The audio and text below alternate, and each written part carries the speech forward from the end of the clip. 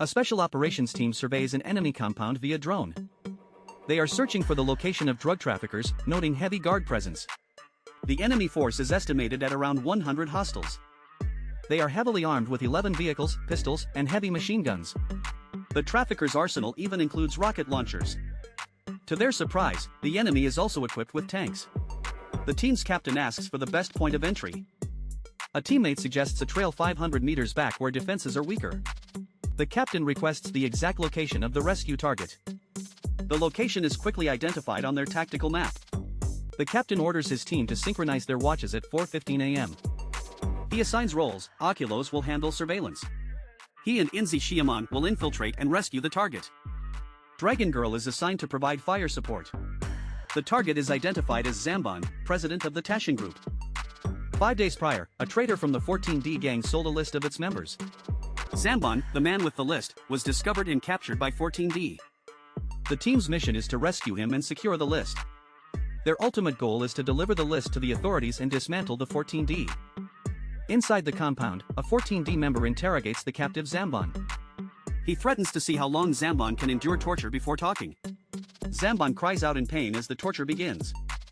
The Special Forces team breaches the compound and engages the traffickers. A fierce firefight erupts throughout the facility. The team reaches the tortured Zamban, calling him Uncle Zan. They reassure him they are taking him home. The captain orders his men to evacuate Zamban immediately. Facing overwhelming numbers, one soldier provides cover fire for the others. The team spots enemy snipers taking position. An enemy tank appears, forcing the team to flee. The captain orders the execution of Plan B. The enemy commander shouts, "Don't let them escape." The captain decides to stay behind to cover his team's escape. His team is reluctant to leave him, but he insists. In the getaway vehicle, a team member reassures the others that the captain will be fine. They realize they are still being followed by the enemy. In the speeding car, they check on the injured Zamban. Zamban apologizes for the trouble he has caused them. A soldier tells him it's their duty, as they admire his lifelong fight against drugs. They ask him about the crucial list of 14D members. Zamban reveals the list is hidden in a safe place.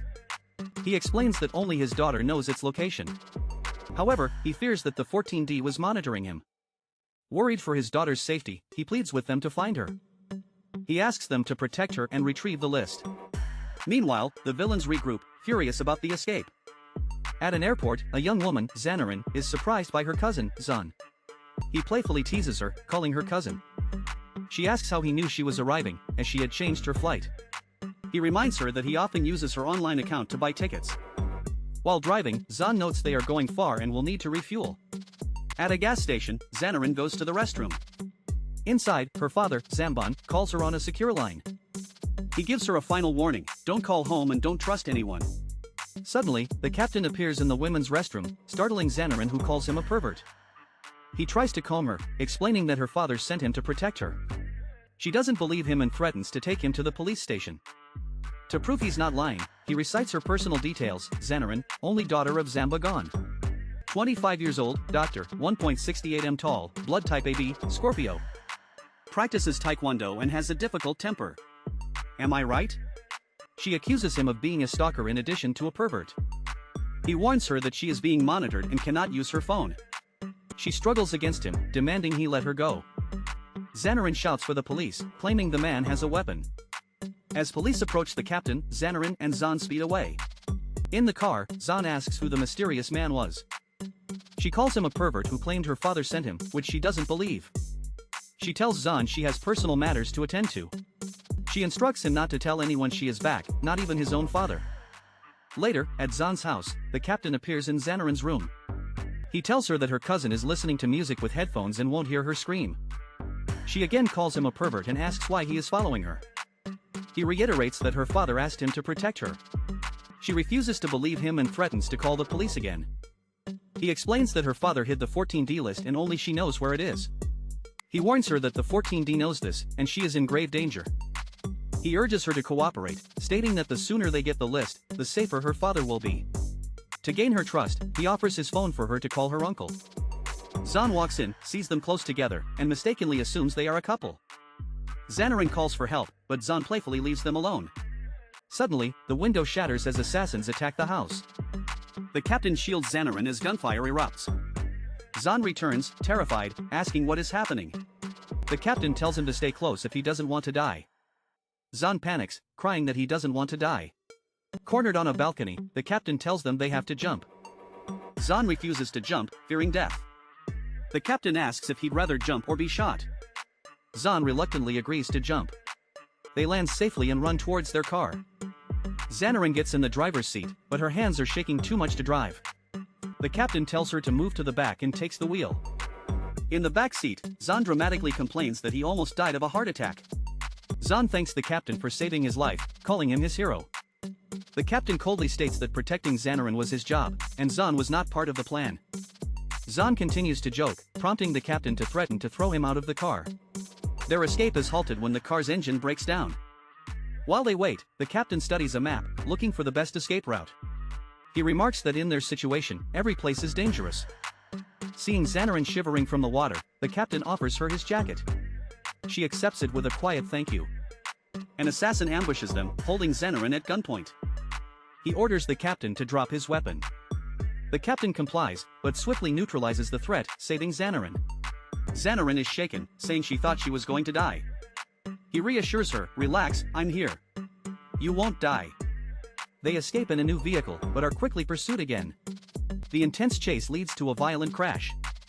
The enemy leader is informed that Zamban's daughter has escaped again. After the crash, Xanarin is unconscious and bleeding heavily. Zahn panics, asking how he can help. The captain orders him to stand guard outside and not enter. The captain realizes she has lost too much blood and needs a transfusion. As she fades, she whispers, "I'm going to die." He insists, "You will not die while I am here." He performs a risky, direct arm-to-arm blood transfusion to save her life. Xanarin awakens and thanks him for saving her life again. He humbly replies that it's his job, as requested by her father. He formally introduces himself, "My name is Kim Fun.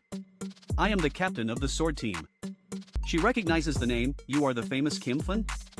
She says her father spoke highly of him and his work fighting drug traffickers. Xanarin shares that her mother was killed by a drug trafficker. On that day, her father vowed to dedicate his life to fighting them. Kim Fun promises that with the 14D list, they will finally put an end to the criminals. Trusting him completely now, she says, "I know where the list is. I'll take you to it." Elsewhere, Zamban's brother, Bikeseo, argues with him about the list. He urges Zamban to return the list to the criminals to protect their family. Zamban refuses, reminding his brother of how his wife died, and vows to fight to the end. Bikeseo arranges to transfer Zamban to a better hospital. He instructs his men not to contact Kim Fun's team. The ambulance carrying Zamban is stopped at a fake roadblock. A news report confirms that businessman Zangbeat has been kidnapped. Xanarin is devastated. Kim Fun gets a call confirming the kidnapping. He tells her the first priority is to get the list, as it's their only leverage to keep her father safe. They travel to a remote, dilapidated location with a dangerous rope bridge. Xanarin explains this was a UN medical camp where her mother worked. It was here that her parents fell in love. Her father was being pursued when he called, so he couldn't give her the exact location of the list. Kim Fun notices a potted plant with flowers that died around the same time as her father's capture. He digs into the soil and discovers the hidden data chip containing the list. The moment they secure the list, they are ambushed. Xanarin is ordered to hand over the list. The enemy leader taunts them, asking how they will escape this time. Kim Fun's team arrives as backup, ordering his soldiers to get Xanarin and Zahn to safety with the list. During the firefight, Zahn pulls a gun on Kim Fun.